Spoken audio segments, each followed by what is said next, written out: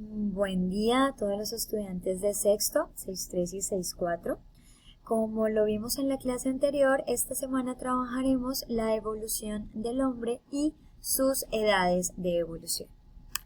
Comenzamos entonces con la imagen que estábamos analizando en clase, que es esta. Obviamente una imagen divertida en la cual vemos esa evolución a la que nos referimos. Evolución en la que podemos evidenciar que venimos de los simios y que con ciertos cambios, de acuerdo a nuestras necesidades, llegamos a ser hombres o humanos. Entonces esto nos lleva a decir que según las ciencias sociales y incluso según ciertas ramas de la biología, podemos decir que el hombre viene del simio y que hemos evolucionado. A esta evolución se le llama hominización. Esta hominización nos explica cómo fue todo ese proceso de cambio para pasar de ser simios a ser seres humanos. ¿Cómo fue esto? Muy sencillo. Una de las primeras etapas que tuvimos fue esta en la que el Australopithecus tiene ciertas características corporales. Una de las que vamos a enfocarnos es su cráneo. Resulta que el cráneo fue una de las primeras partes de nuestro cuerpo que empezó a cambiar. ¿Por qué cambió? Porque el cerebro se hizo cada vez más grande gracias a la alimentación basada no solo en frutas y verduras, sino también en carne. Eso nos dio la posibilidad de que nuestro cerebro se desarrollara de tal manera que su tamaño fue aumentando cada vez más. Entonces el cráneo necesitaba más espacio para tener ese cerebro, para que el cerebro funcionara bien, y menos espacio para dientes fuertes que pudieran triturar ciertas comidas que eran muy difíciles de consumir. Además de eso, también empezó a cambiar la columna vertebral. Todos sabemos que la columna, que es lo que pasa por aquí, sostiene nuestra cabeza. Entonces resulta que como nuestro cráneo empezó a cambiar, también la columna debía de hacerlo para acomodarse a ese mismo cráneo. Entonces pasamos de caminar en 4 patas, es decir, de ser cuadrúpedos, a caminar en 2 patas o 2 piernas, es decir, pasamos a ser bípedos. Ese es el término de la caminata en 2 piernas.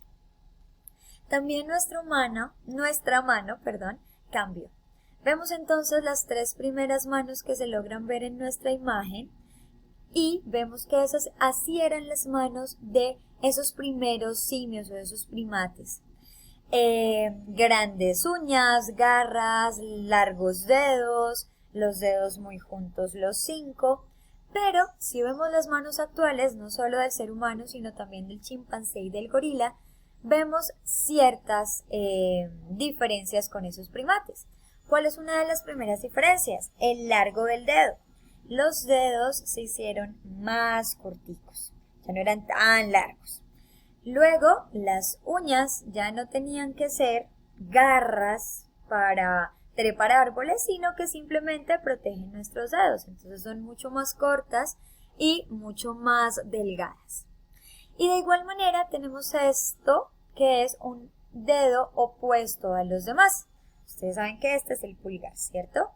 Gracias a ese dedo podemos sujetar cosas, podemos usar esas cosas para defendernos. Ejemplo, nuestros antepasados lo que hacían era sujetar ramas, sujetar piedras con las que o se defendían o cazaban o las usaban para su beneficio, para hacer algún trabajo que necesitaban.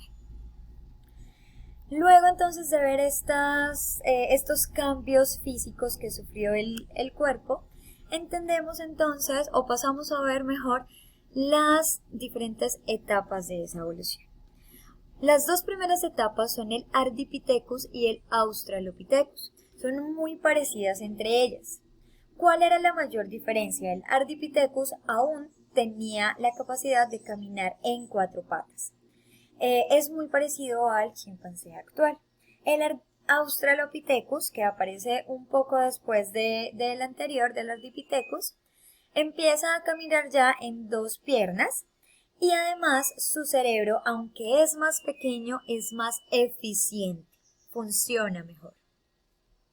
Posterior a eso, hace aproximadamente 2.5 millones de años, aparece el Homo habilis. Homo significa hombre y habilis hábil o con habilidad, para que lo entendamos mejor. Entonces este hombre hábil tenía un cerebro mucho más grande, pero además se conoce que tuvo la habilidad de elaborar y usar herramientas como las que les mencioné, lanzas, piedras, hacían ciertas herramientas obviamente muy rudimentarias, no tan modernas pues como las que nosotros conocemos. Posterior a eso aparece el Homo erectus, aparece hace aproximadamente 1.8 millones de años. Se dice que el Homo erectus recibe este nombre porque camina con su espalda en una posición mucho más recta, es decir, no es así, sino de esta manera. Y se dice también que logra comunicarse. Obviamente todavía no tenía la habilidad de crear palabras como las nuestras, pero sí hacía ciertos sonidos a los que les daba un significado. Aparece hace 800.000 años en Europa el Homo antecesor. Tenía características muy iguales o muy parecidas a las del Homo erectus. Se dice que además este Homo antecesor también usaba el fuego. Luego de él, hace aproximadamente 150.000 años, aparece el hombre de Neandertal.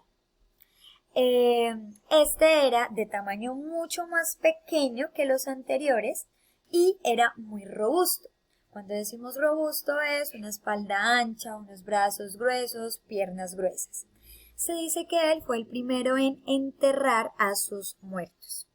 Posterior, hace aproximadamente 170.000 años, aparece el Homo sapiens, que se dice fue el primero que ya logró comunicarse a través de un lenguaje y eso le dio la posibilidad de crear comunidades, de crear sociedades y obviamente de crear herramientas un poco más avanzadas a las del Homo habilis.